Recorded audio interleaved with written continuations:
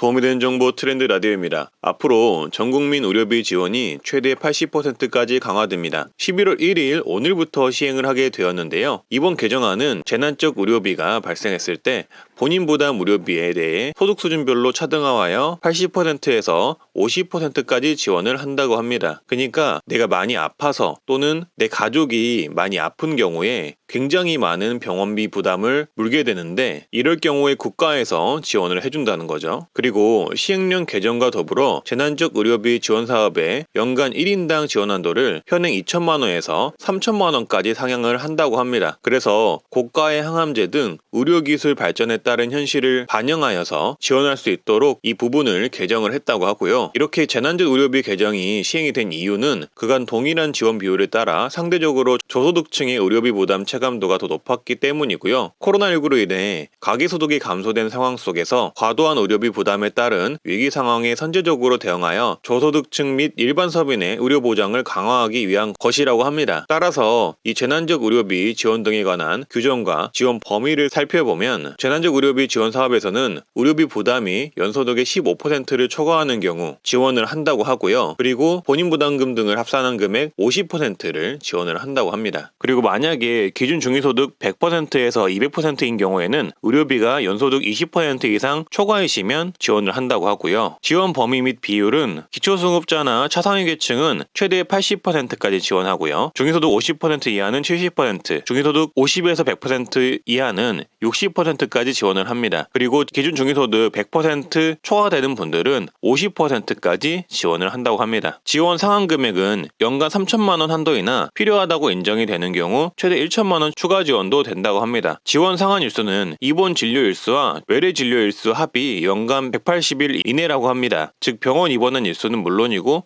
통원 치료한 일수도 포함이라는 거죠. 지원 재해 및 제한 대상도 있는데요. 일상생활에 지장이 없거나 대체 진료와 비용 편차가 큰 치료, 제도나 취지에 부합하지 않는 의료비는 제외가 된다고 하는데 미용, 성형, 특 1인실, 간병비, 한방첩약, 요양병원에서 발생한 의료비, 다빈치 로봇 수술, 도수치료, 보조기 증식치료 등이 제외가 된다고 하고요. 그리고 국가지원금과 민간보험금 수령했을 경우 이 수령금액 차감하고 지원한다고 합니다. 따라서 이 의료비 신청하는 방법은 영상에 말씀드린 기준으로 재난적 의료비가 발생했을 때 환자 또는 대리인이 직접 공단 지사 방문하시면 되시고요. 신청 기한은 퇴원일 다음 날부터 180일 이내에 신청을 해야 한다고 하니 기한을 유의해 주시면 되겠습니다. 문의사항 있으시면은 국민건강보험공단 콜센터 또는 보건복지상담센터 129번으로 전화 주시면 됩니다. 따라서 이번 시행령 개정을 통해 재난적 의료비 지원 사업이 과도한 의료비가 발생했을 때 사회적 취약계층이나 서민분들에게 한층 도움이 될 것 같습니다. 이 재난적 의료비 누구나 최소 50에서 80%의 지원을 받을 수 있기 때문에 꼭 숙지를 해 두시고요. 우리가 살면서 절대 있어서는 안 될 일이지만 내가 또는 내 주변 누군가가 아픈 일이 생긴다면 이 재난적 의료비를 꼭 활용해 보시길 바라겠습니다. 이상 저는 도움이 되는 정보 트렌드 라디오고요. 구독과 좋아요, 알람 설정 해주시면 감사하겠습니다. 항상 감사드립니다.